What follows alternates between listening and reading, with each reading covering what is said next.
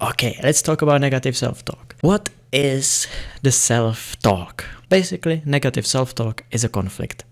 In my opinion and in my experience, any self-talk is a conflict. How so? Well, if you hear around that you should have positive self-talk and positive attitude towards yourself, that's kind of fucked up in my opinion. How can you have a positive opinion towards yourself within yourself? So you're saying that there is you, that you are talking to you. How does that work? How can you talk to yourself? That would mean that there is two. Same with the negative self-talk. Why is it that you are very aware of the victim that you maybe take identity in, and then there is the aggressor, the one being like, oh, you're so stupid, how could you do this? And he goes, yeah, I'm sorry, I'm really a piece of shit. I go, oh, I will never do it again. Any kind of conversation with yourself, if you look at it, it is insanity. You don't need to have a positive self-talk. You don't need to have any talk on the inside at all with yourself.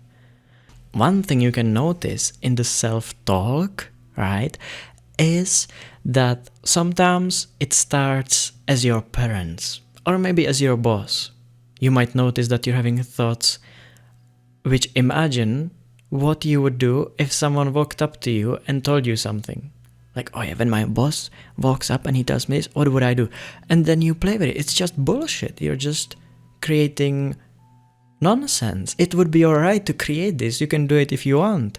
But the issue with it is you then have anxiety.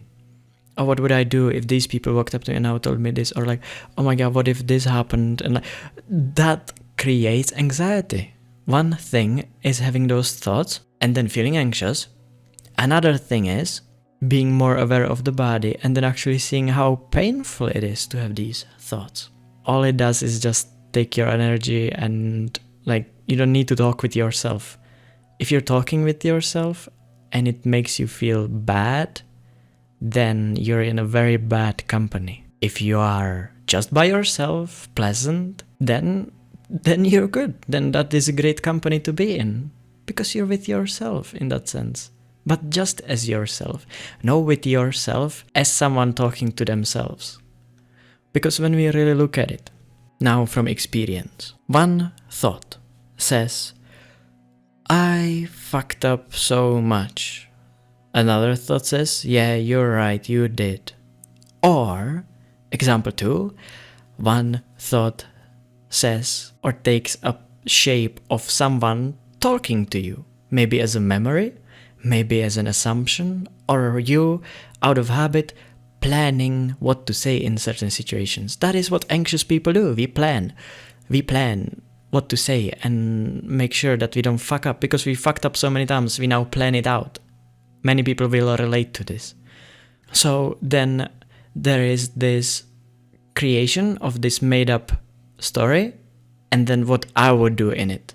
So you are creating the other person, you're creating someone talking to you or some situation, then you imagine yourself in that situation and you then try to fix it and figure it out and work with it. Okay, when we put it like this, does it still not seem a little weird to do this? And then another thing is, if you look at it really, you're not your thoughts. Because you're seeing them changing, appearing, disappearing, then habits change. Thoughts change, your personal self changes, your idea of who you are changes, what you like, what you don't like, what should be done, what shouldn't be done, blah blah. So many things. They keep changing, correct? Now you, in your being, are not changing.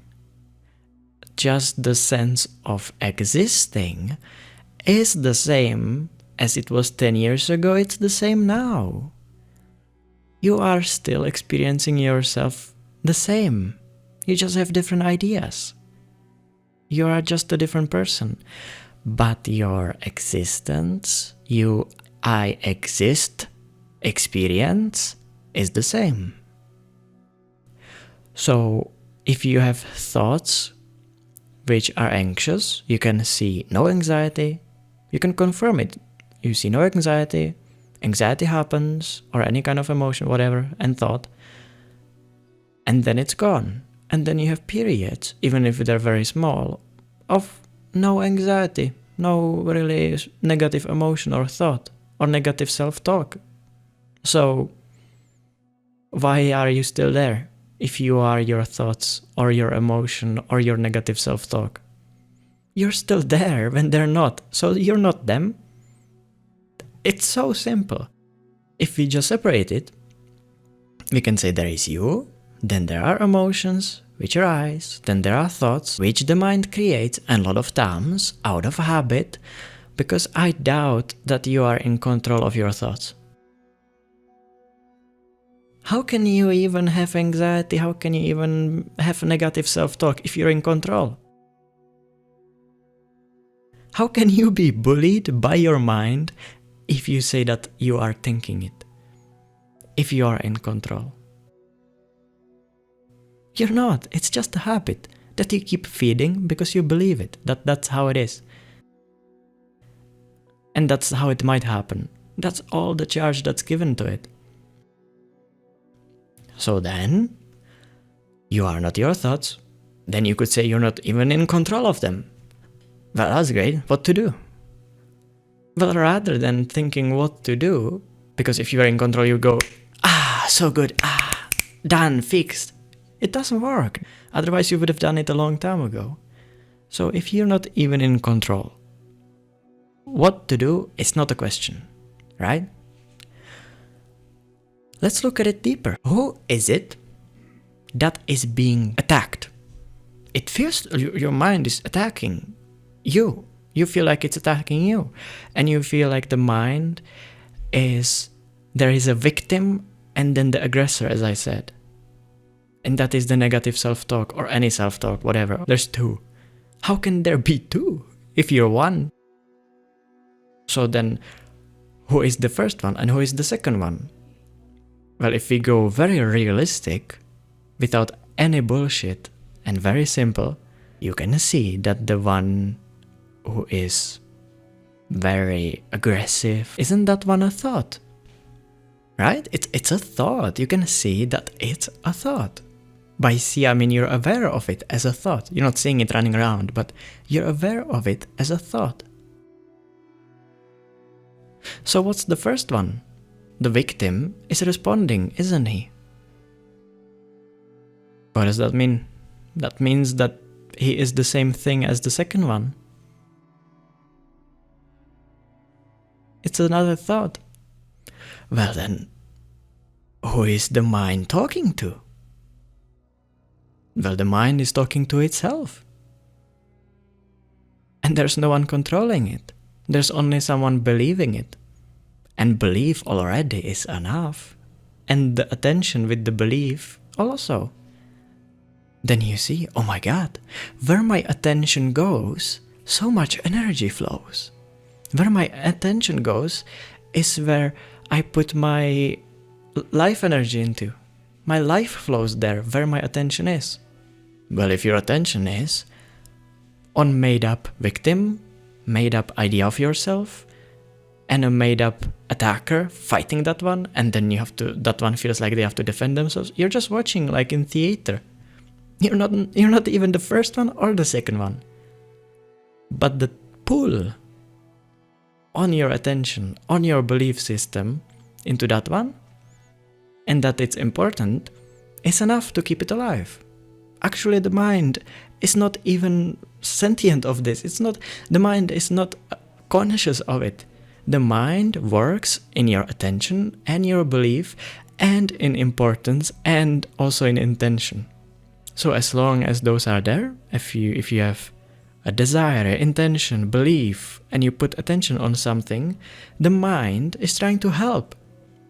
The mind is loving, it's helping, it's trying to help and do the best for your survival.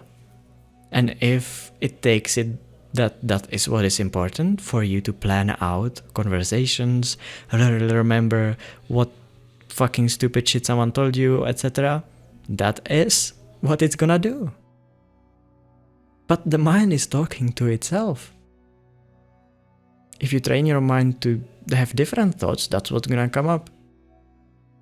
If you don't care about the mind at all, and you're like, I'm done with this shit, like it's just nonsense, all of it, absolutely all of it, then it will be silent. But a decision is again not in the mind as the person, because we know that the person is the thought. It's on the inside. It's with your attention and with your belief that you don't believe it anymore. You don't give it attention, you allow it. There's nothing wrong with it. The mind is not in the wrong. So you don't need to fight it. And the only reason why it's there is because you're fighting it. So it's anyway talking to itself. Anyway, both are made up. I'm none of them. Where am I? I just am. I am the same as I am any other time. When there is no anxiety, I just am. When the anxiety is there, I just am. And since there's no control over it, you don't have to do anything. Yippee! Nothing to do. Just stopping, giving it attention and belief. But that's not a doing. Who's doing it? If you say I'm doing it, where's that? Where's the I am doing it? It's a thought. The mind actually has no power. You're giving it power. Of course, you can say you have control over the mind. You can create a thought that says, hi, hello, then think up something, use it. You can do that consciously. But this is not conscious, and this is not under your control, because it keeps happening by itself. If it wasn't, then you would stop it. You would not create it if you didn't have to, if you had a choice. So one thing is noticing that there is no choice, no control, and that the less you believe and identify with the victim or the talk, that there is two talking with each other, it's the same as saying hello, hi. All the thoughts are the same. And that they actually don't have power unless you give it power with belief and attention. And you will feel so nicer because you're giving so much power and energy for the mind to keep doing this. It's like a habit. It's like an addiction. An addicted person is also like, I cannot stop because I just keep being pulled to do it because it's uncomfortable to not do it. It feels wrong to not continue my addiction. Same way, you feel like you have to listen. You have to fight the mind. You have to. It's the pull. But it's pulling on attention. So the mind is talking to itself. You're not the thoughts, you're not the feelings that come up with it. The only reason why it's so powerful is because you believe it. What to do with it? Just keep looking at this, keep noticing it, keep thinking about it more, which is funny to say. Keep inquiring into it more. And then after a while you go, yeah, it's true. The first one is a thought, second one is a thought. And then another thought says, then what do I do? And you go, that one is a thought too. What if I say, I'm gonna explode now? What if I explode? And then you can play with it. You can create all kinds of thoughts and see, well, it's not hurting me in any way. What if I create a thought of something that I'm scared of? Oh, I'm scared of being fired from work. Oh my God, what if I get fired? What I would do? And then you do it consciously while paying attention for the first time, truly consciously. And you go, oh, what if I get fired and everything? While checking inside the body, now it doesn't feel anxious. Now it feels like a joke. And you go, okay, then what am I fighting? There's no one to fight. And the split goes back to normal. And there's no split. There's just one. No one to talk to.